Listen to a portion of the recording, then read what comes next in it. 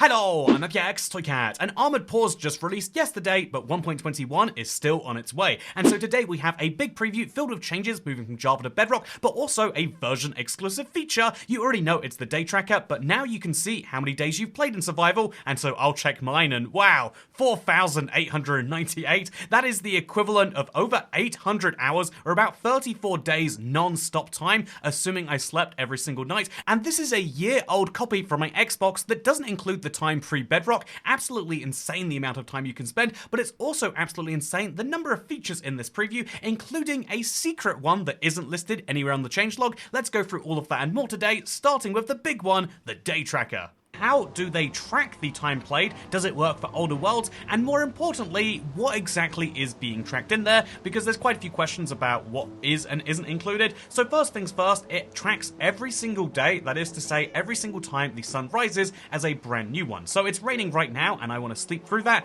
and you'll notice that my day counter is going to go from 4898 to 4899. That is pretty cool, if you ask me. A very lovely change, and now the rain has gone away too. But the second thing is, so if you have a world, I know a lot of people have these console edition worlds that they moved over to Bedrock and maybe moved somewhere else, are the days being tracked from Bedrock? Clearly, if it's able to keep track of the days before this update came out, maybe it can keep track of the days before it moved to Bedrock. The answer to this is likely to be no. The reason that this is possible is because Minecraft Bedrock is keeping good track of all of these data things and just not really sharing them with the end user. Minecraft console edition did precisely the same, but as best we can tell, there was never a day tracking option in there. Minecraft Bedrock has shared their, like if you go to achievements, you can see how long you've been playing Minecraft Bedrock, but there is no such equivalent for the console edition of the game. It is very, very unlikely, therefore, they were tracking the information, and that's besides the point because we have no information and no proof that would say that the console edition time will count towards your total. This means that if you had a world that you played a lot between 2012 and 2015, but you've stopped playing it as much since then it will look like you have a fairly fresh world because none of those days will count towards the total. I would, suspect, for example, on this world that I have several thousand days that aren't being tracked for this reason, and although you might say this is a bummer, I think this is beyond the scope of what Bedrock can do. On the majority of platforms you play Bedrock on, you wouldn't have a world that wouldn't be tracked, and ultimately it's better for them to have a tracker that only counts half the time than to have one that doesn't have, than to not have one at all, I guess is what I'm trying to say there. This is especially true because most platforms don't have an older type of world that needs to be ported over. Most people don't have this iconic square around their world to represent where the old biomes and the new biomes meet, but also even most users who play on Xbox, Switch or PlayStation don't actually use worlds from this date, so rather than trying to make an impossible solution, I think this is entirely fine to add. However, there is one last little part of this I need to mention, and that is that although this is a Bedrock exclusive in terms of how it is displayed, it is worth mentioning, yes, Java has this information. That is where the trend to some extent is started when it comes to Java people doing 100 days in hardcore, and bringing this to Bedrock is effectively parity, but I think this is one of those great examples of parity being done better on the Bedrock version of the game, because over here on Bedrock, as you can see, we have it directly on the screen. There's no mess of everything else showing up at the same time, and also you can have it persistently display for the same reason. However, there is actually, as we know reading the secret game design rules of Minecraft, Minecraft not having a HUD is actually one of the rules in there, and slowly adding more and more information does seem like it could be a problem. I think that an easy solution, if this is something Minecraft is worried about, is maybe showing coordinates on maps instead of on the screen at all times, and maybe they could do a similar thing with days played, pull out a clock or a respawn compass or whatever you need to make it, and that would show you the days played, and it would actually make sense because every time the clock's going round, it's adding 1 to the counter. I think it would make sense at least, and so yeah, just in case you're curious, by the way, if you're wondering about this world that I'm on, because this is a year-old copy, I can effectively use this to see how many days I played in Minecraft last year once I load up a regular copy, which I'll do on the preview later. Also, there's one other big question, which is, does the days played counter have a max, or does it keep on going forever? And I have the answer for you, but I also have the rest of the 1.21 preview that I'd like to quickly share, because there are a lot of fun things in here, including that exclusive feature. Because this preview 1.21.0.23, which is a very confusing update title, it basically means this is the third preview for 1.21. That's right, we're in the end game of 1.21 snapshots, previews, and betas now. By the way, if you ever see a fancy map, you know it was made by my editors, Ash and Harrison, so thank you to them. But inside of this preview, you'll find things like the Trial Chamber map being renamed to the Trial Explorer map. This is to make the title better reflect the fact that it fits in with the Ocean Explorer and the Woodland Explorer map, and a fun thing about it is it seems to actually work correctly. It's not a line on the changelog, but in my experience, these are working just a little bit better now, something I really like. Speaking of experience, here is something I haven't experienced, but decorated pots were apparently not orienting correctly in the trial chambers. Now they do. Absolutely wonderful. Oh, Caves and Cliffs music is playing. Speaking of wonderful, we also have split up block IDs for all these slab types. In Minecraft right now, when you use commands, there's a lot of blocks which share IDs, and I'm sure you've noticed through the last like 5 or 6 update videos I've made that one of the big consistent changes is they're splitting up the block IDs, so you can place one of these slabs without having to know the exact variant of the block that it is. That's a big positive, if you ask me. Speaking of positives, they fixed an issue where diorite, granite, andesite slabs could be used in the grindstone recipe. It has to be normal stone. This is actually a bit of a nerf. They made this nerf before when it came to sandstone, but this is a bit of a nerf to super flat worlds where you can actually get diorite, granite, and andesite slabs. So if you're playing super flat and you haven't made a grindstone yet, you won't be able to, at least in regular super flat. In ultra flat, it's still of course possible. By the way, I'm starting a new ultra flat series tomorrow. I'm very excited about it, but we'll talk about that later because the copper trapdoor now oxidizes like other copper blocks. As you can see, it's oxidizing right here. Very sad. Let's make it oxidize a whole bunch actually. Whoa, look at that. It's oxidizing like crazy now. Although even with tick speed 1000, it still takes a surprisingly long amount of time. Also over here, we have the fact that weaving speed through cobwebs is now 50% instead of 25%. So just to show you what that looks like, here is me with the potion of weaving. This is a potion which is a lot of downsides, some would say, but I would say I love this this little icon that you see on the right of the screen there. And yeah, well, the fun thing about this is you can now go through cobwebs a little bit faster, it looks like. So yeah, that is the weaving effect. As you can see, very, very interesting. It's very strange looking at myself and just seeing like, oh yeah, look at this, just all these weird effects. Speaking of weird effects, it also consistently spawns 2 to 3 webs on deaths, or more consistently, unless mob griefing is off, then it spawns 0. I like that Minecraft is considering they have these settings. You know, in the world options earlier I showed this, but alongside all of these existing settings, they consider that some people do want TNT explodes off, etc. Okay, you know what? This is my favorite part of the music, but we'll turn it down. Fun fact, I had to reset my entire Minecraft stuff to actually show this preview to you today, but I've done it regardless, although it means that there's a few default settings we need to change. Speaking of default settings that need to change, let's go ahead and talk about this next one here. Mace can be enchanted with Unbreaking and Smite, Fire Aspect, as well as Bane of Arthropods. I think a Bane of Arthropods mace is the dumbest thing I can imagine, but Fire Aspect is actually a surprising bonus to this. If you want to, you can now light the Febreze on fire. That's definitely his name, right? That's definitely the real one. You know, I like that a lot. Good job, Harrison and Ash, for that joke. But yeah, interestingly, you can now light him on fire, and also you can have Smite, which means extra damage against undead mobs. Very, very fun that you can combine these things together, if you ask me. Wait, how is he even attacking me? Anyway, with that said, we have this as the part of that. We also have his attacks now hurt mobs and minecarts and boats. I would show you that, but I just murdered him for attacking me too much. Full damage is now properly negated when falling onto slime blocks or powdered snow after using a wind charge. So if I use these wind charges, I will be able to actually negate the damage correctly, which is very, very useful. I'm not getting a very good jump off, but there we go. Land onto the powdered snow, and there is no issue whatsoever. Also, pro tip, using wind charges will not help you get out of powdered snow very much, but also using powdered snow will help you get out of full damage, so it might be worth the pain. It's almost certainly not. But some things that are worth the pain are trial spawners, if you ask me, or the vaults, I should say. So they updated the loot tables for these to match Java. There was a slight question about whether Bedrock or Java was going to be the end version. I think in general, Java's always been about a week or so ahead for certain changes of trial chambers, so that matches this right here. We also have remade Chamber 6 and named it to Assembly, so this is a fun one if you ask me. There is a brand new chamber, or at least it's remade, I should say. They also added new dispenser style trap to chambers. The change sound for the bad omen effect is now a thing, so let me just give you this a quick little noise here. You hear that? Yeah, that's nice, right? I think it's nice.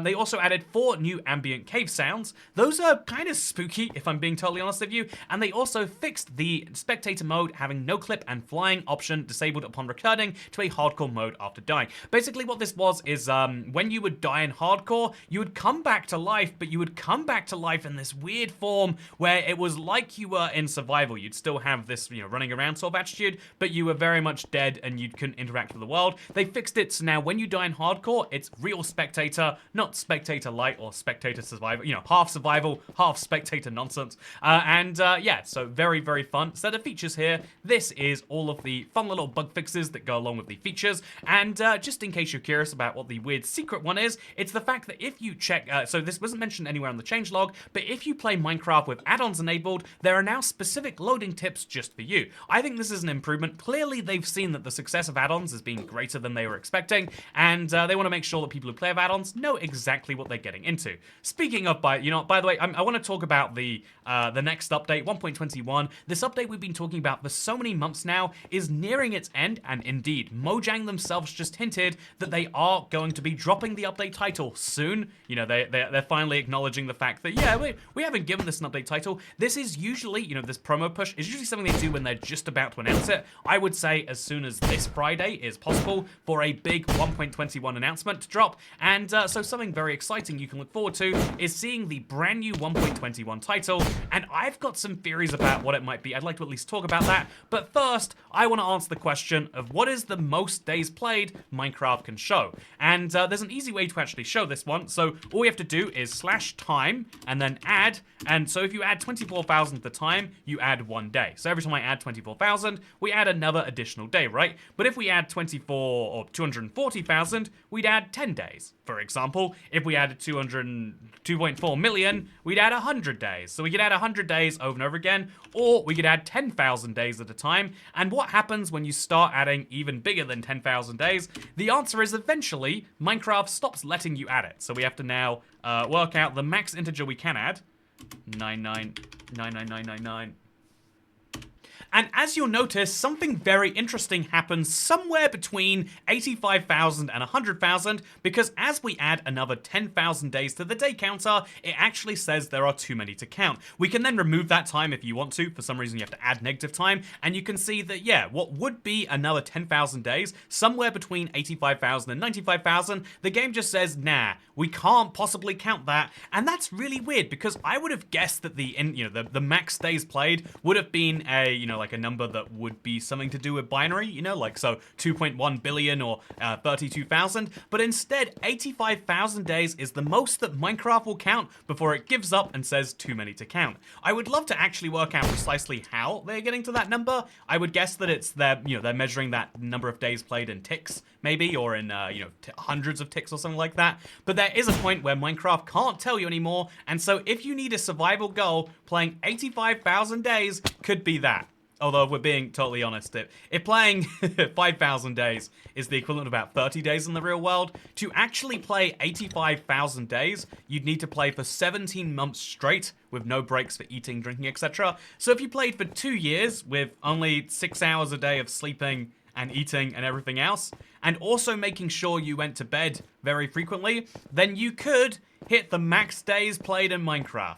This is a bad goal. Do not go for this. Speaking of weird goals you shouldn't aspire to, something you should never aim to do is be able to work out what an update title is based on a blacked out image, but I think we have some interesting insights. So first things first, did you know 1.20.80 literally came out yesterday, and it also came out with the name of this update at the same time. This is the first time Minecraft have named what is we would call a monthly minor update, or just a minor update altogether, but it has a full name from Mojang, and it was called the Armored Pause update, or at least we're calling it the Armored Pause update. They actually only refer to it as the Armored Pause drop, which is interesting if you ask me, which means they might be reforming the update system more broadly. Rather than having one big update a year, what about one big update a year and then quite a few drops in between? So instead of major minor hotfix like we have right now, we might have major drop and then hotfix. This is something we can't be able, we can't be sure of until later, but we do know that the next drop after 1.21, calling it a drop feels weird, but the next minor update after 1.21 is likely going to contain hardcore and maybe some other features 2, which means that, yeah, they are getting into a cycle potentially of having each of these minor updates actually be worth looking forward to. Who knows for sure if this is the long-term plan, but it's exciting either way. But anyway, let's come back to the Minecraft 1.21 logo. Now that Minecraft 1.20.80 has a name, Minecraft 1.21 is able to have one too, which is why just after that, Minecraft tweeted this today, 3 question marks, and then the Minecraft followed by a subtitle, but the subtitle is blurred out. I assume this is the 1.21 update. I think it's a 99% lock-in. It could be a brand new game like Minecraft Dungeons or something, but let's be honest, this isn't the week to be announcing a Minecraft spin-off. This is the week to be announcing Minecraft 1.21, the update which has remained without a name for the longest time yet. Honestly, last year's update was named quite late, but that was still March the 1st of that year, so we're a lot further in the process. But interestingly, looking at this, you can see that they've got the blurred out name at the bottom, and there's nothing you can grab from it. You could guess that that is, you know, like trims and trials, or you guess that it's maces and mazes, but you would just be guessing, right? Except actually, I think that rather than making guesses, I like to try and look at these things analytically, and so one of the handy things about making news videos for as long as I have is I remembered last year's announcement actually gave us a tiny hint, and if you go back and put these two side by side, you'll notice that last year's announcement has that tiny little cutout in it, which if we then go and look at the full logo for the Trails and Tales update, was actually the T in there, and so what we can say for sure is that this year's update is not going to have a T in the middle of the word. The T at the start for some reason is fine, because the kerning kind of changes there, but what we can say for sure is the second half of the update title, assuming they haven't blurred it to kind of not give us away with information, isn't going to have a T, and we could also therefore make an assumption that there's not going to be a V, because a V would have a giant gap in there too, an F would do something similar, a P, I imagine also, an N, or a D would give you these tiny holes where background would show, and if this is accurate therefore, we can say the second half of the update title doesn't have a T, V, P, N, or D. I would also imagine that the end of the word can't have S or E, but at that point we're kind of speculating. There are all sorts of letters that this image rules out if it's accurate, because like I say, it's a full black line at the bottom. I would actually go a step further and say I think this makes it unlikely that it's going to be a title that has an and in there. It's not going to be the cats and claws update, because as much as this is memed on, Mojang has only actually done this 3 times. The Village and Pillage, the Caves and Cliffs, and the the most recent one, the Trails and Tales. Most Minecraft updates don't follow this format. It is a meme, and so it's the most guessed one, but I would say it's going to be like Minecraft 1.21, the Challenging Chambers update, or something along those lines. I imagine there'll be some alliteration, I imagine there'll be something in there, but only time will tell, and I imagine that time is going to be Friday, so I'm looking forward to finding out. But for now, that has been everything you need to know about Minecraft 1.21 that released this week. I am excited for the day counter in my worlds, by the way. This is a really cool feature that I feel like we've asked Mojang for, but I assumed it'd be so low on their priority list. I'm glad they could just add it as a fun little bonus to 1.21. Really good thing. Big fan of that, have to say. Love that, Mojang. Congratulations. I think any small quality of life features should be celebrated because it's just an objective improvement, right? And also I'm excited because my Ultra Plat series that's starting tomorrow will have a day counter on it. So yeah, it'll be my first real-time playing around of it. Will be live tomorrow. We'll get to see it go up every day. It means I won't have to do the messy on-screen title. I love that. Big improvement to